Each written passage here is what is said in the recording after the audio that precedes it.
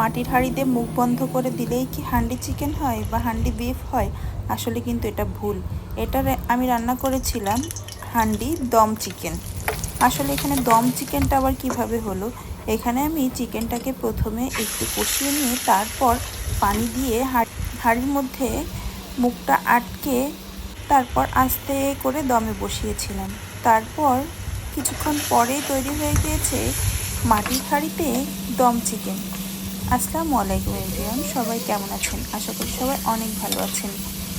আজকে আপনাদের সাথে শেয়ার করব একদম দেশি মুরগি কীভাবে আপনারা মাটির হাঁড়িতে দমে দিয়ে রান্না করবেন। কারণ দেশি মুরগি কিন্তু বেশ শক্ত হয়, প্রেশার কুকারে দেওয়ার পরেও এটা তেমন সেদ্ধ হতে চায় না। তো এটা আমি এনেছিলাম গ্রাম থেকে, একদম টাটকা দেশি মুরগি, আর এটাকে রান্না করেছি চুই ঝাল ও আস্ত রসুন দিয়ে। এখানে আমি সব পেঁয়াজ মশলা একসাথে কষিয়ে নিয়ে তার মধ্যে চিকেনটা দিয়ে একটু পানি দিয়ে কষিয়ে নিয়ে একদম লাস্টের দিকে যখন মাংস থেকে তেল ছেড়ে দিয়েছে তখন আমি এই যে আস্ত রসুন আর ঝালটা দিয়ে একটু নেড়েচেড়ে নামিয়ে নিচ্ছি। তারপর আমি সেই মাটির হাঁড়িটাকে প্রস্তুত করে নিচ্ছি। যেহেতু আমার চুলা থেকে মাঝে মাঝে একটু কালি বের হয়, তাই এই সুন্দর হাঁড়িটা যাতে নষ্ট না হয় এই জন্য একটু কাদার প্রলেপ দিয়ে নিয়েছি।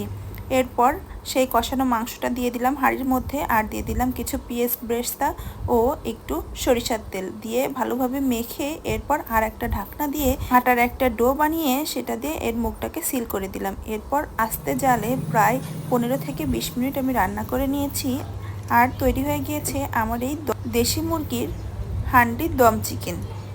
আচ্ছা, নামটা একটু অদ্ভুত হয়ে যাচ্ছে তাই না? কি নাম দেওয়া যায় বলুন তো? যাই হোক, দেখতে যতটা না লোভনীয় হয়েছে, খেতে কিন্তু তার থেকে অনেক লোভনীয় হয়েছিল।